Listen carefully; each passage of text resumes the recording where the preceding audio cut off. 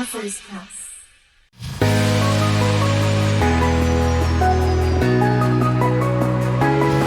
My name is D.H. Whyatt, author of Miranda's Green Hair. Yes, it is. Like most people, I've done a lot of writing for different reasons in my lifetime, but this is the first book that I've ever produced and had available for sale. So Miranda is, based on the story of a young girl who has issues with washing and combing her hair. And while everything is about the hair combing rage right now, the muse for this book was the work of Dr. Marva Lewis, who did work on hair combing. She has a study called Talk, Touch, and Listen While Combing Hair. And so the book talks about all of the different things that you go through when you're going to have your hair washed and combed.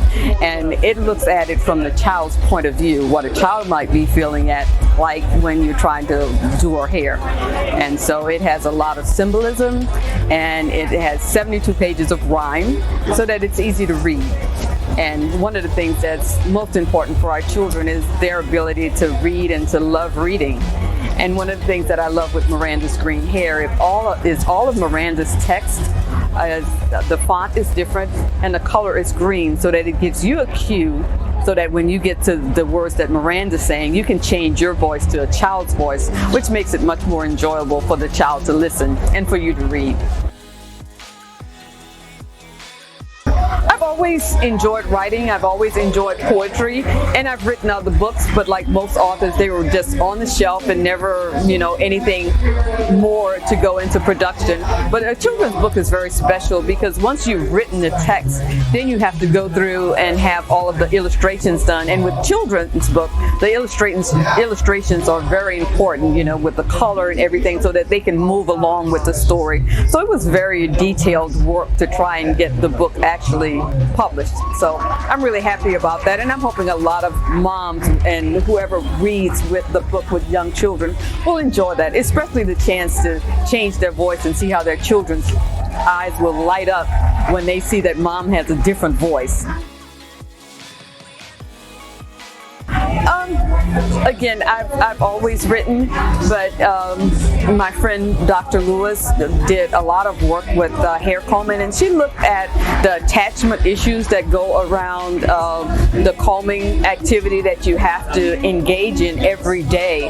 And she said that there's, so much that happens between the child and the mom in that close area while they're doing the combing. And so I looked at all of the elements that goes into washing and combing, and so that's what the book is about. So it has a tremendous amount of symbolism, and it goes through the process from engaging in the activity to the final activity where you adorn the hair with bows and ribbons and whatever else that you might have. I think it's going to make a tremendous difference because I think moms are going to be more confident when they read. I like it from the reading standpoint because it makes it easier for you to read. Those of us who love to read create all kinds of voices in our heads for the different characters in a book. Well, this is going to be one of the first times that young readers get to hear someone read to them and bring in all of those different voices, because without the cue, sometimes you forget to change into the child's voice and it's like, oops!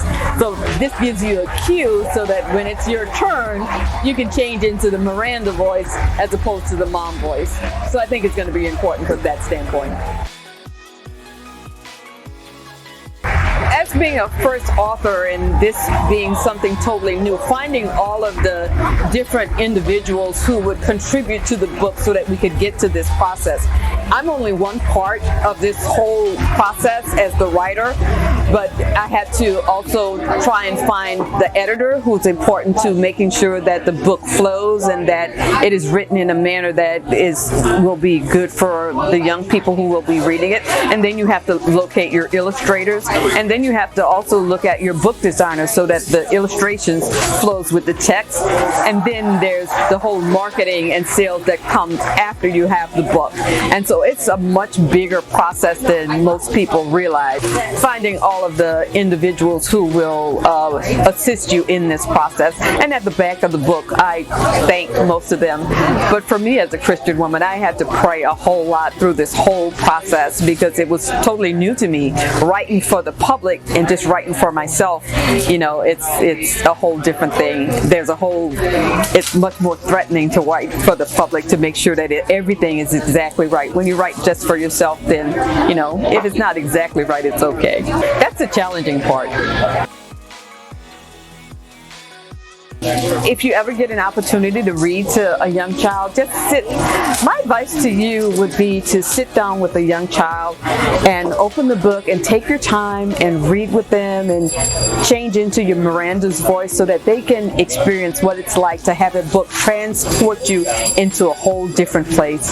Go into Miranda's forest and look at the animals who have different voices and the trees who have different voices and help them to let their imaginations explode. That would be my advice to you.